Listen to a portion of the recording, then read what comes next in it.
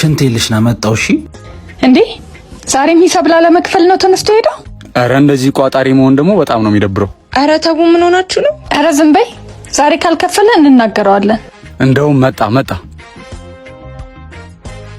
እንሂድ አይደለ?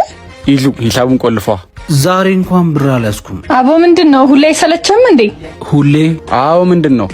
እንደዚህ ቋጣሪ የምትሆን ከሆነ አትምጣ። እንደው ይሄን ሳምንት እኮ ነው ያልከፈልኩት። እኔ ስከፍል ክፈሉ አይደለም ሼር አድርጉ ብያችሁ አውቃለሁ። ለካ ከሌለኝ አትፈልጉኝ። በጣም ታሳፍራላችሁ። ኢዛና ተይው ባክስ። ይዙ አንተ ይዙ ተረጋጋ።